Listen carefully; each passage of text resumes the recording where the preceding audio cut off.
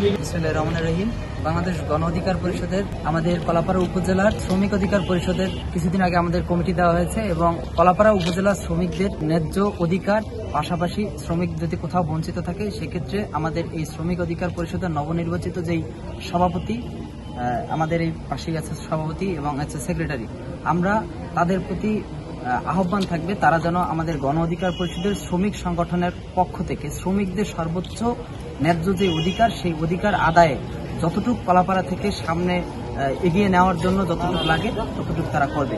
এর পাশাপাশি আমরা কলাপাড়া উপজেলার সর্বস্তরের জনগণকে এই শ্রমিক অধিকার পরিষদের নবনির্বাচিত কমিটির পক্ষ থেকে জানাই আন্তরিক শুভেচ্ছা ও অভিনন্দন। আপনারা দোয়া করবেন যাতে গণ অধিকার পরিষদ আস্তে আস্তে এই আমাদের যেই দক্ষিণ অঞ্চলের যে খেটে খাওয়া মানুষ আছে তাদের পক্ষে থাকতে পারে এবং ন্যায্য দাবি নিয়ে সবসময় সামনে আগাতে পারে। ধন্যবাদ।